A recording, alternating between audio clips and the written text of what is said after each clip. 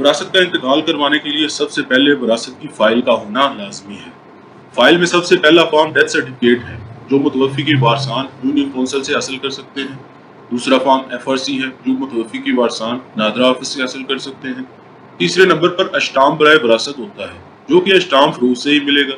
چوتھے نمبر پر درخواست فارم برائے وراثت ہے جو کہ اشٹام فروز سے ہی ملے گا۔ اشٹام فروش کو کہنا ہے کہ وراثت کی فائل بنا دیں تو وہ یہ دونوں فارم بنا دے گا۔ پانچویں نمبر پر اخبار اشتہار ہوتا ہے جو اخباری نمائندے یا اشٹام فروش کو ہی بولے تو وہ پرنٹ کروا دیتا ہے۔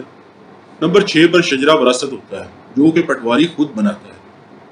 پہلے گرداور سے تصدیق کرواتا ہے، پھر ایک وارث اور 2 گواہان یا ایک وارث اور ایک نمبردار اور ایک گواہ کو اپنے ساتھ لے کر تحصیلدار کے پاس جاتا ہے۔ تحصیلدار تصدیق کر کے شجرہ پر حکم لکھتا ہے اور دستخط کر دیتا ہے۔ اس کے بعد پٹواری اس حکم کے مطابق وارثان کو رقبہ ٹرانسفر کر دیتا ہے۔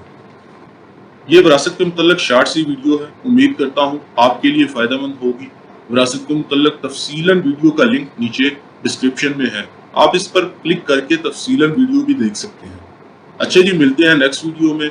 اپنا اور اپنے اس انفارمیٹیو چینل کا خیال رکھیں۔ اللہ حافظ۔